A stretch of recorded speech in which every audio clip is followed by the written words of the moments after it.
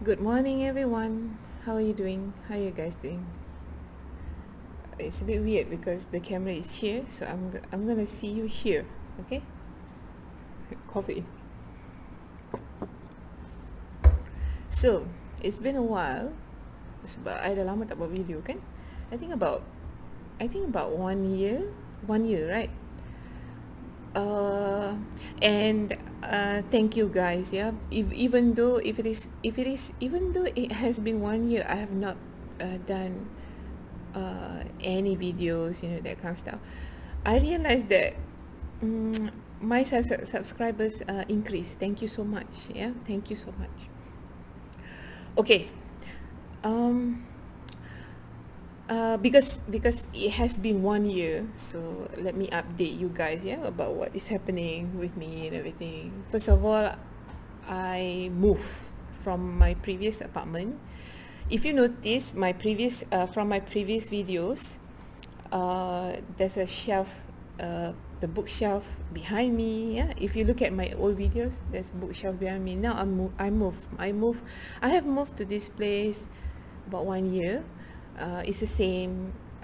It's the same condo but different unit because this is a bigger unit. And truth be told, my kids are with me now. So last time they were with their father, yeah, and then I don't know, because my eldest is Noah. Noah is now 18 years old. He just finished his SPM. My youngest is Aaron. Aaron is schooling today.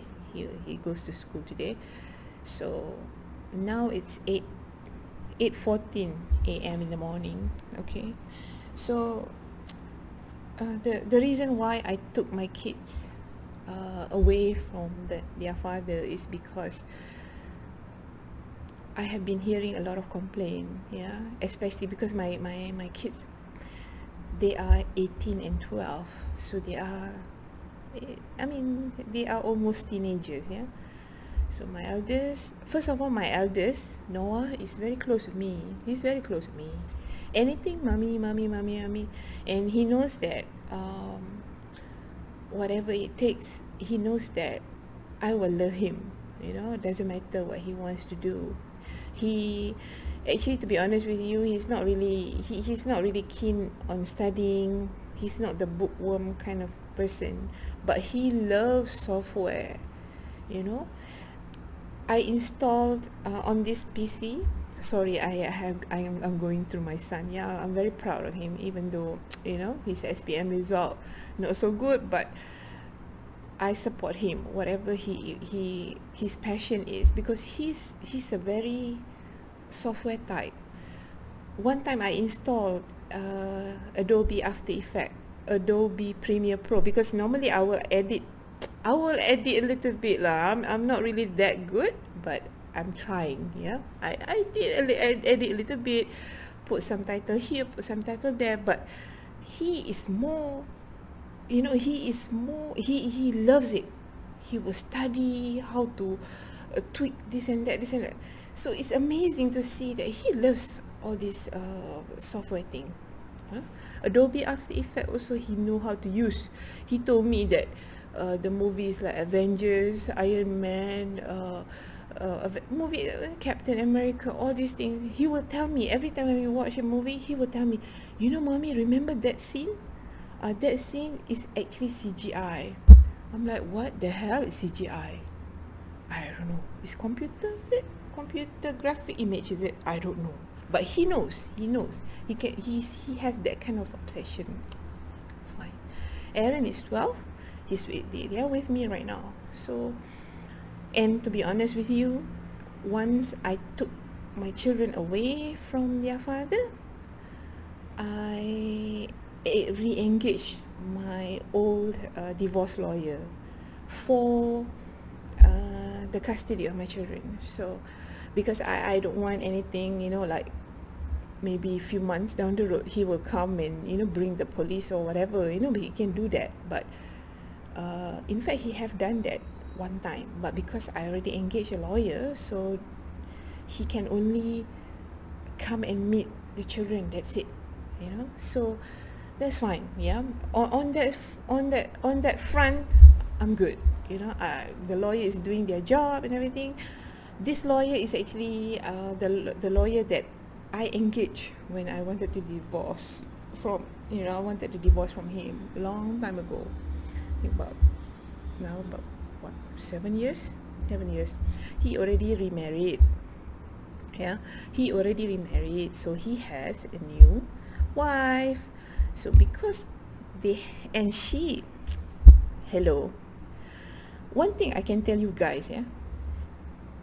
If you guys, you divorced, you have children, yeah. You have children. You got 2 or 4 or 5, whatever. If you want to remarry, can you do yourself a little bit more proud by marrying somebody who is single, never have children?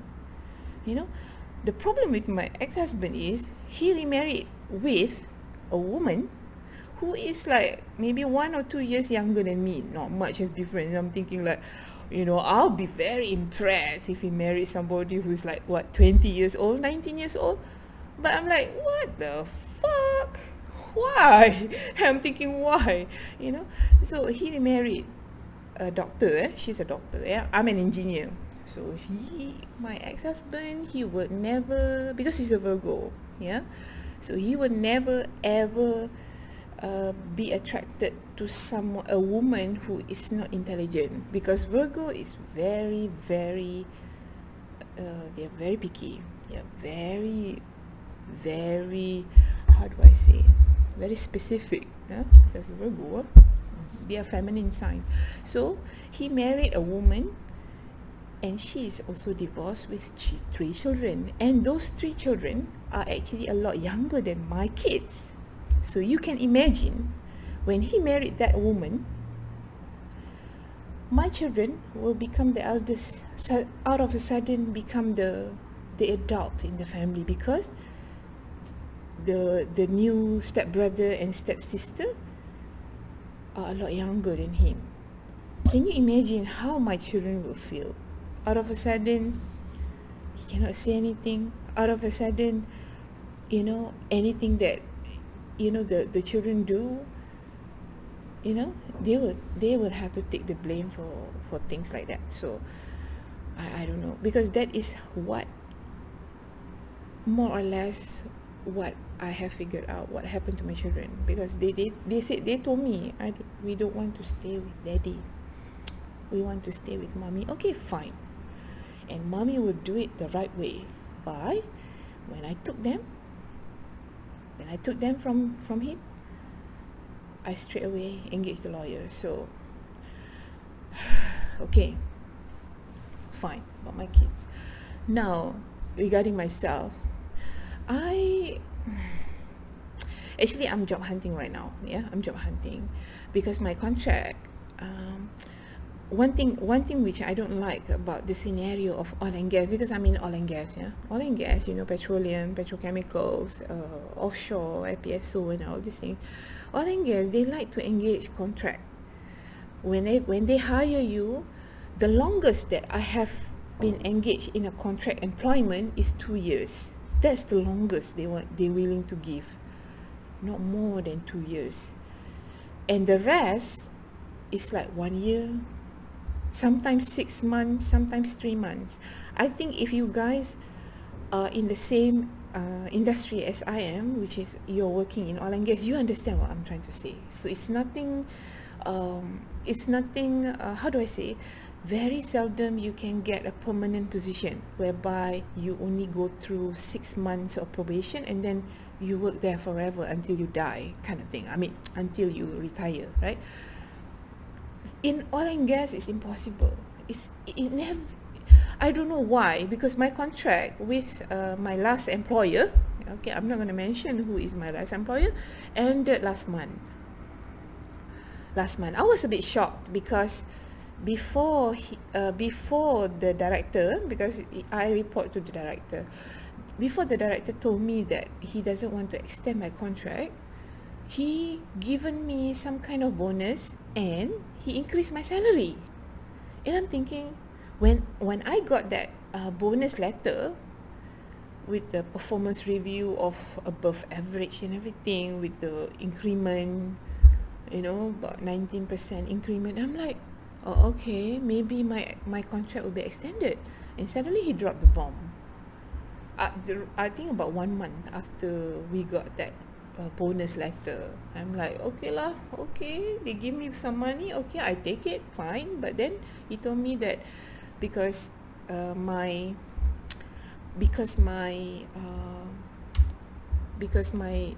work, he said that, well, this is the reason given to me lah, it's the reason given to me, but I don't know, maybe he doesn't like me. I don't know, to be honest with you. Everywhere you go, there will be people who won't like you. Yeah, that is one thing which I'm 40 something now. So, come on, this is reality. Everywhere you cannot force people to like you. So I think there is some element of that also, that my boss don't like me. So okay, fine, doesn't matter. Okay, so and this is the reason that he gave to me. He said, because we cannot retain you anymore because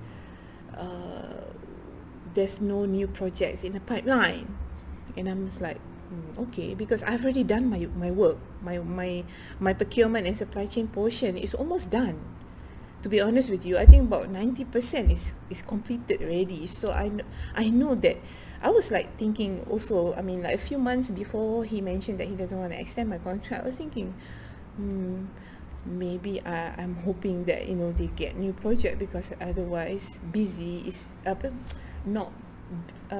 being not busy is not good for business. Yeah. So, and then suddenly I did have that kind of intuition, to be honest with you. I did have that instinct saying that, oh my God, if there's no new project, then they might not need me anymore. So true enough, that happened. Yeah. So okay, fine, that's my job. So now I'm job hunting, and so far, the day that my director told me, drop the bomb, saying that my contract will not be extended, I have started job hunting from that day onwards. So that happened in May. So now May, June, July. Yeah, now May. He told me somewhere end of May. So okay, put May aside. So start from June, July, August. Okay, you know why I say June, July, August? Because this is the fastest. If you want to get a job, this is the fastest. The fastest is 3 months. The fastest meaning in 3 months, meaning when you start doing, you apply, you send to the whole world your CV, and then you have to take a step back, relax for a while, because that 1 month, first month, every single position you don't care, you apply to maybe almost every company in the world that you know of, right? I mean, you and I, if we job hunt, if we are looking for the job, this is the scenario. So you might be looking at it, and then the next, say when you start in June, in July, if let's say the company want to hire you, or maybe through recruiter or headhunter, recruitment company, they will start calling. Yeah. And the third month is normally the interview. Yeah. So far, I started the job hunting since the day he dropped the bomb. I can't remember what day, but it was in May. I think it was almost the end of May, I think. I started, and then so far I had one interview, actually two, but I would say one, because one interview is actually with the hiring company. This hiring company, I'm sharing the experience, because we have not talked for quite some time. This company is Indian company, but based in KL. They are based in KL, and I know who their client is because I used to work with their client. And first of all, when I heard, because I got this interview actually from headhunter. This guy is very good, the headhunter. I can tell when you talk to the headhunter, you can tell whether he's a senior or junior, or he can make the decision or he can make the call. Yeah. So this guy, he really made the call, and he said, "I'm pushing your CV to this client, to my client, and then go for the interview first, and we'll see." And he already told me offhand before the interview, before he proposed my profile to the employer, he said that their budget is not that high. Meaning, if let's say if I am accepted as a candidate, if they interview me and they like me, they will pay me. There's a ceiling figure. And I was like, yeah, okay, yeah, we'll see, yeah. Quite low lah, the salary. I mean, you do expect this kind of thing from Indian company. I'm sorry, because I'm trying to understand, because India, if you notice, India is the second largest. They have the second largest population in the world. Yeah, I think how many billion? I need to Google that. I'm sorry, but the first largest population is China. Yeah, second is India, and if you compare the size of the country, China is big, it's huge with the districts and everything, but India is quite small. Yeah, India is quite small, and you can imagine how competitive it is for people in India to get jobs. So when they get jobs, chances are there are like 3,000 more people, or maybe 1 million more people who can do the same job as you, but with a lower pay. So with that kind of rationality, I do understand why when you get interviewed by an Indian company, you do expect that they will pay you less. They are not, they don't have that budget, because, okay, fine. And then I was interviewed by the BPM. BPM is the project procurement manager. One thing that stood out for me, is he was like, I do expect this, because Indian is a little bit, they do have this kind of like God complex, because they are named after the god, Shiva, Krishna, Ganesh. These are their gods, So when they name their children after the god, these people like Venkata Krishna, Ganesh, what else? Krishna, Shiva, all these are the Indian gods, So they do have that kind of god complex. And then I asked him, I said, why is the contract you want to give only 4 months? And you know what he told me? He kind of like, no, everybody here is on contract. I've been working here for 10 years. I'm also contract. Every year they renew. And I'm like, interesting, because when he said that, I know that this company is a non-committal company. They're not going to commit to you. Like 4 months, okay, done, you're gone. And then find somebody cheaper. That kind of thing. And contract, 4 months contract. Who the hell is going to go for 4 months contract? And you work there 4 months. You don't even know people. That 4 months is too short. Even 6 months also. When I join any company, the first 6 months is where you struggle the most, because you know why? You do not know people. You do not know people yet. You only know your boss, and then the person who is in your department, which is very small, compared to the whole company.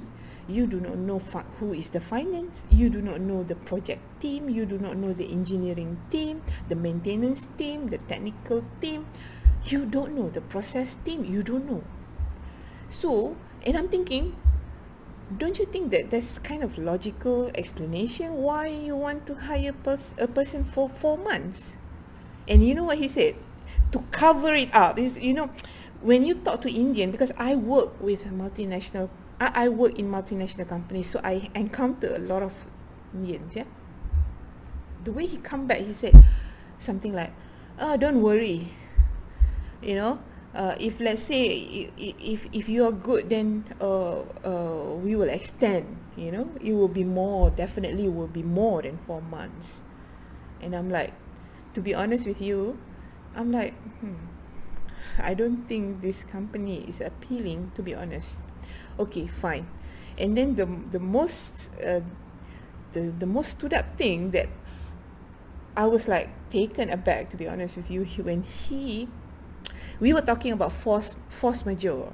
Yeah, force majeure is actually one clause. If you are in supply chain, you're in contract management, you know what I'm talking about.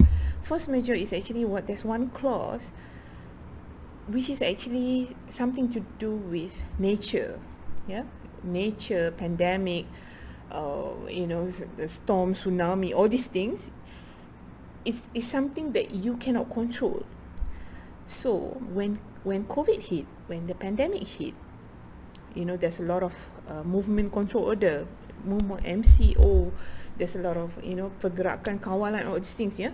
And then you cannot travel, so you can imagine there's a lot of things going around, and then project tak siap. Yeah, the project is on hold. They cannot deliver. They promised to deliver within 12 months. They took 3 years, yeah, stuff like that. So I told him, I said, the clause is in effect because of the pandemic. And you know what he told me? So, are you blaming the God? Are you blaming the God for COVID? And I was thinking, I thought to myself, first of all, I'm not that religious, yeah? I'm not a religious person, yeah? And then I thought to myself, I'm a realist, 50% realist and 50% optimist, And I'm like, if you were to ask me, this is things that is going inside my head. I didn't answer him actually. When he asked me like that, I was like a bit taken aback. And I thought to myself, there is also God's role in this pandemic, COVID-19. Because if it is not what God is trying to show us, He wouldn't have taken those lives. Like millions of people died, yeah, because of COVID, yeah. It's not something small. And if you notice the cycle, every 100 years there is one pandemic.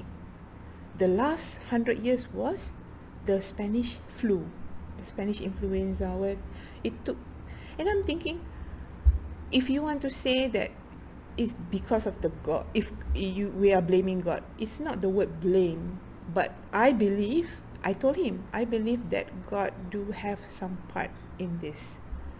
Yes, fine. Donald Trump said it's a Chinese virus because it started from Wuhan. Yeah, now it's Chinese virus, fine. But it spreads, right? It spreads.